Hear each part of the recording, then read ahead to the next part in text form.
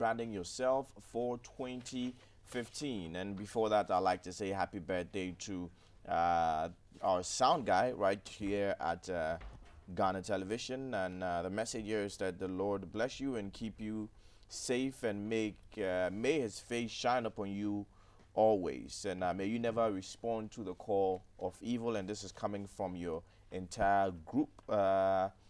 Your name is Gerald Ado, and happy birthday to you. We hear you're 70 years. I don't know if that's the exact age or it's your fellow, sound people or camera people just making fun of you. Anyway, we're talking about rebranding right now for 2015. And I have joining me once again, Bernard Kelvin Clive. Now, he's an author and a brand suspect. Now, this is one of the books that he has written, a really wonderful book. Bernard, welcome to The Breakfast Show. Thank you. It's been a while since we had you. Yes. And I'd just like to start off with branding in general, okay? How would you describe branding? Basically, in a simple word, as perception. Yeah. Perception. But branding is the ability to constantly create in the mind of your audience or your markets that your product or service is better than your competitors by providing distinct value. So it's a constant act of creating the minds of your audience or market that you have a product or service that meet their needs and wants by distincting your service or your products. Okay. So that will cause them to identify that you have a good product or you have a good service, it meet their needs or wants. Then that is entirety of branding. Then we can look at that aspect of the brand. You had a catchy phrase the other time. Alleviating pain and giving pleasure. How is that related to branding? That's how brands impact or affect people. I'll give you some typical example. I mentioned that people buy products and services for two main reasons. Yeah. One, to avoid pain or loss, and two, for the pleasure or for the fun of it. Yeah. So that somebody might want to buy Coke than another Pepsi. Why? Maybe because of the fizziness of the Coke. I can't get that in Pepsi.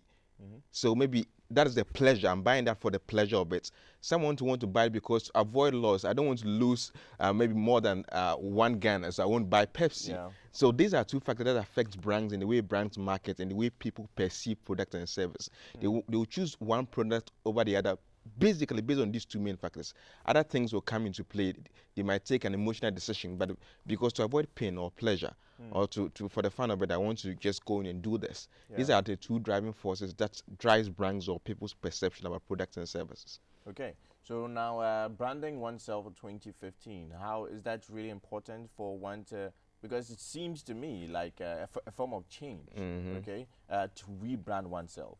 So, for instance, let's use me as an example, as a case study. Is there a need for rebranding, or, if a person is already branded? I think I'm doing quite well. I'm doing quite well. Yeah. So, do I still need to rebrand, probably to maximize gains? If I'm making roughly 4,000 a month, do I still need rebranding? Okay, two most important things that we all need to know that one, man is insatiable. We're always yearning for more and new things. And two, we are change agents. Humans, we change or we evolve. So that if you don't change, you don't grow, it means you are dying. Yeah. So every brand and every person need to really think that how am I improving? Am I doing better than before? Then that calls for a need for rebrand or repurpose or strengthening your brands, because there are new products and services and there are new things every time in the system. So how are you going to position yourself in 2015 and beyond so you become relevant? I said that in this particular age, if you are not relevant, you'll be relegated. So you must constantly make sure your product, your service as a person, that you are attracting the kind of audience in the market that you really desire. If not, then there's a need for radical rebranding.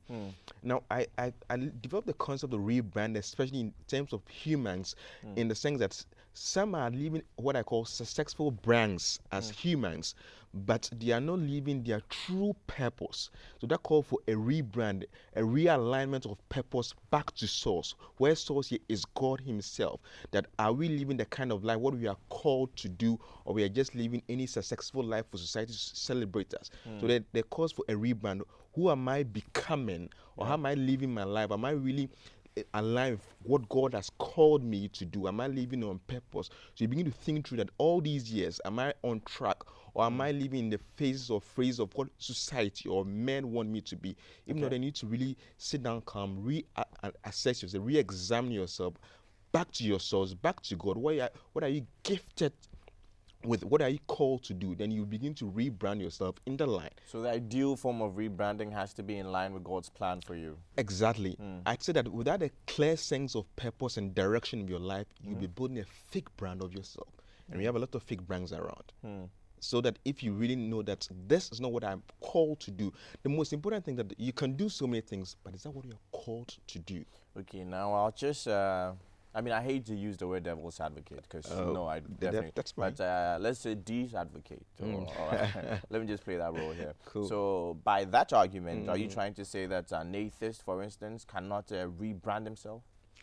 First off, I'm a Christian, so I don't want to go in that perspective. Moreover, he can rebrand himself to Christ.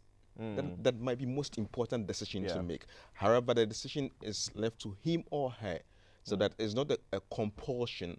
It's an urge, and I mean, you want to invite the person in to think in that line. And whatever faith or religion anybody believes in, everyone believes there's a higher power. There's a higher being that is God. And God hasn't really hidden all these giftings away from us. Everyone has got something you're gifted at, something you can still do that you know is within yourself, that when you nurture, you unleash that giftings and talent to serve humanity. If you find that, you can really live life on purpose. So are there types of rebranding, for instance, or types of branding? Yes, there are types of branding or rebranding. Like there's a radical rebranding for companies or persons.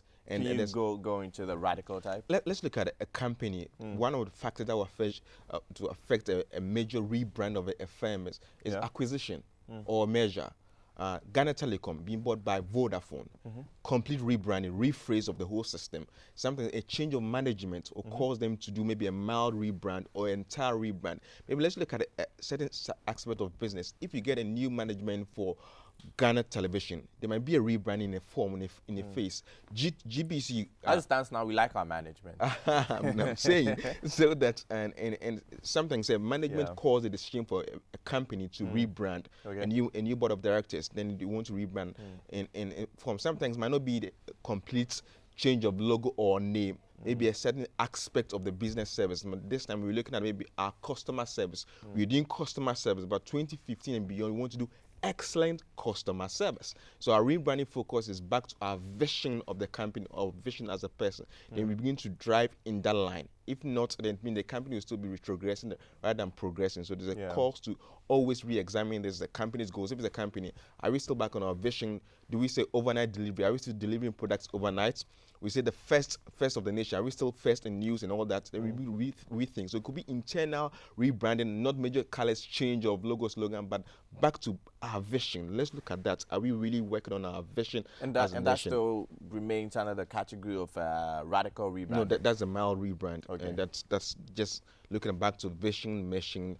But the radical, I mentioned, acquisition, measure, total rebranding. Sony Ericsson measure. So a rebrand of new product, new service, new everything is new. But for mild things, maybe look at one aspect of the company progress. One aspect we just will look at. Sometimes just a little bit change of logo. Nothing changes, but just to give a new face to the product or service, like a new label. So there's a mild rebrand. So these are two main things that drives companies or individuals to rebrand. Or change of seats, for instance, from single seats to comfortable white leather seats.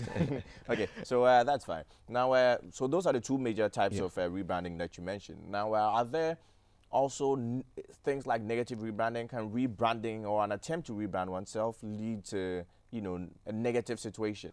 Yeah, we have some branding blunders too. In 2008, Pepsi estimated about $1 million to rebrand their process. It still didn't fly.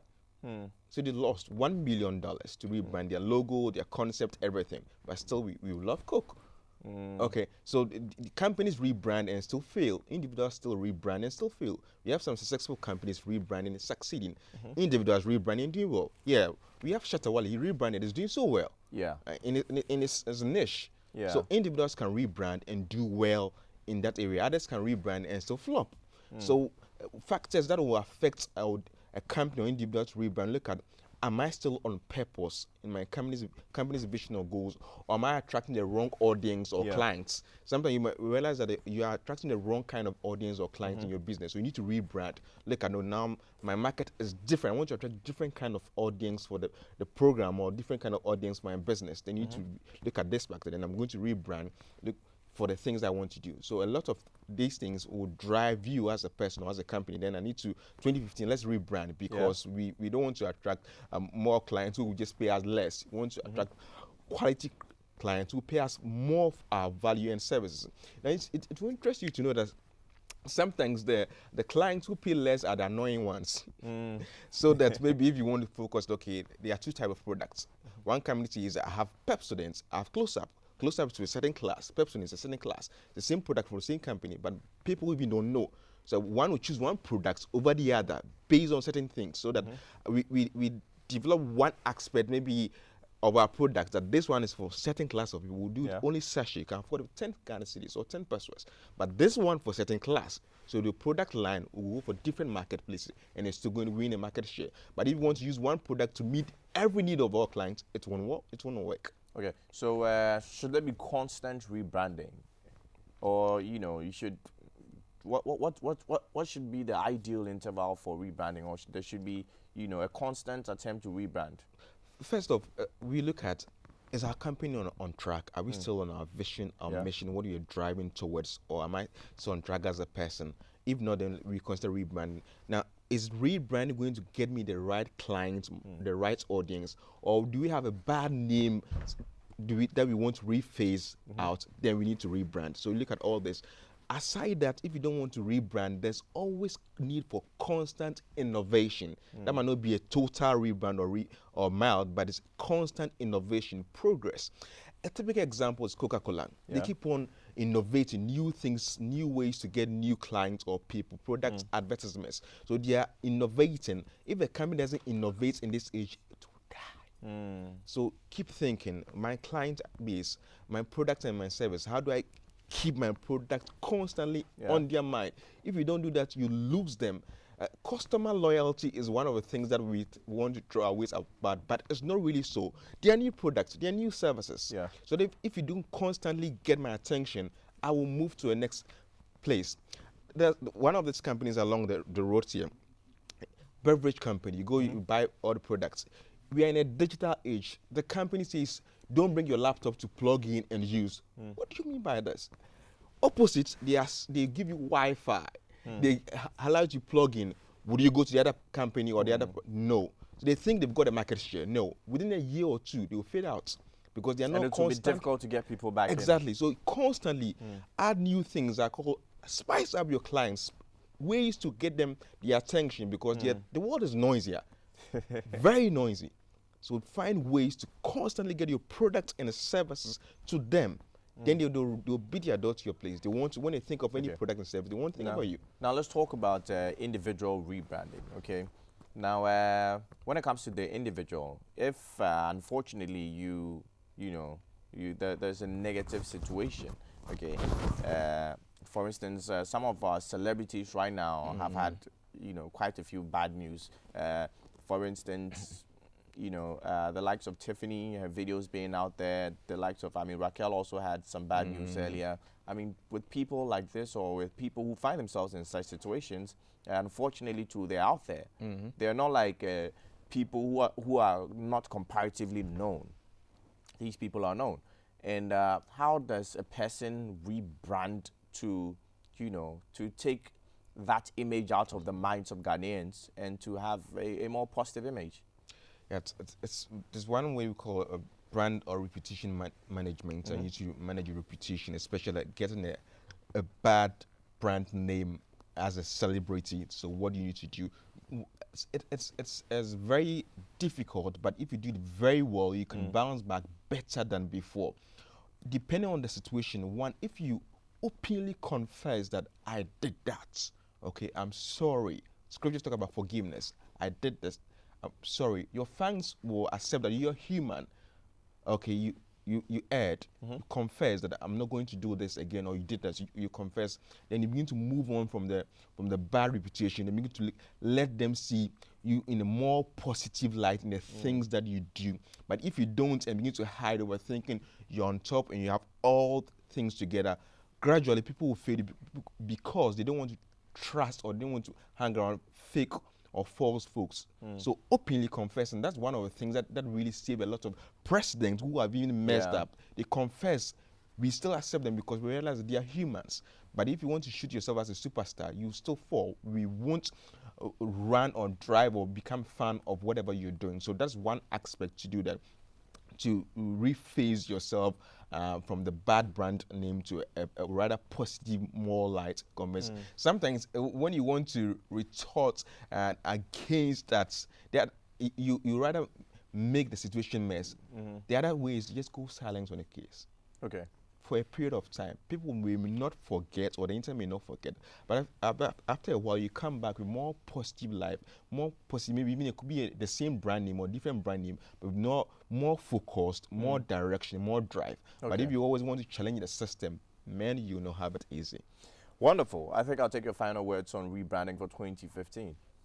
It's essential for business and individual success. So that the last thing I want to say that until you get a clear direction of your life, you'll be building a fake brand of yourself. So refocus, regroup, re-envision yourself, and leave that brand. And I'll leave it with you. Be relentless, and you will never die. Amen.